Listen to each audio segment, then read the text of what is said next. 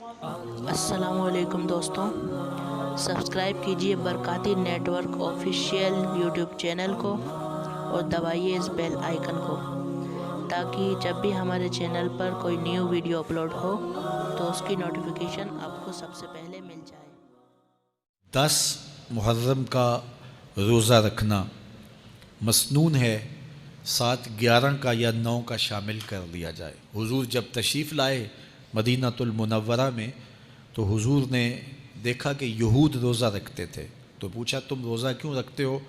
تو انہوں نے کہا کہ حضرت موسیٰ علیہ السلام کو قبطیوں سے اس دن نجات ملی تھی۔ تو فرمایا حضرت موسیٰ علیہ السلام کا حق ہمارے اوپر زیادہ ہے۔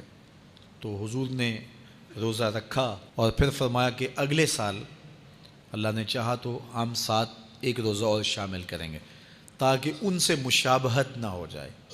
عددی مشابہت سے بھی بچنے کے لیے حضور نے کہا کہ ہم 2 رکھیں گے۔ تو روزہ اگر عاشورے کا رکھنا چاہیں تو اس کے لیے سنت یہ ہے کہ 7 یا 9 کا شامل کریں یا 11 کا شامل کریں۔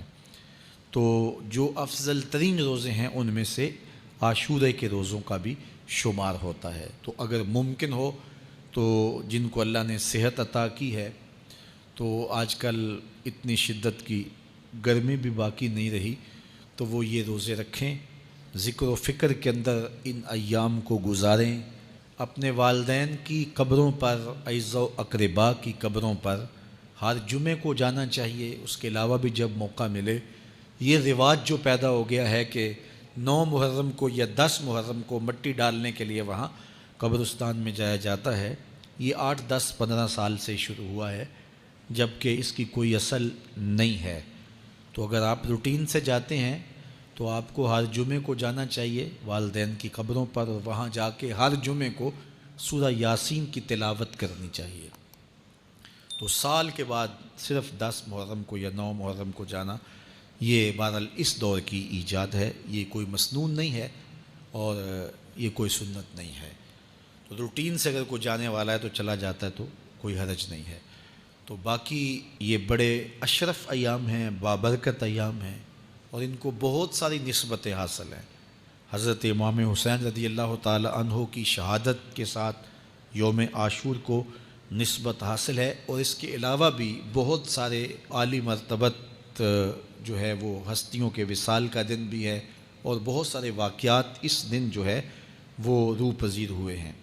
تو یہ اس لحاظ سے بہت ہی بابرکت اور جو ہے وہ مبارک یوم ہے۔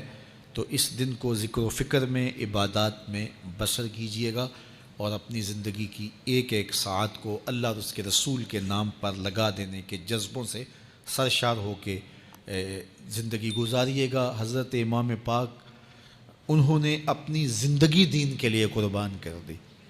تو یہ 10 محرم ہمیں سبق دیتا ہے، اور ہم اس دن عہد کرتے ہیں اگر انہوں نے اپنے بچے بھی قربان کر دیے اور اپنی اولادیں بھی بھوک اور پیاس میں قربان کر دیں، تو ہم بھی یہ عزم کریں اس دن کہ ہم اپنی ساری زندگی حضور کے نام لگائیں گے، حضور کے دین کے نام لگائیں گے۔ رحمت کا گہوارہ ہے یہ برکت والا ماہ، رحمت کا گہوارہ ہے یہ برکت والا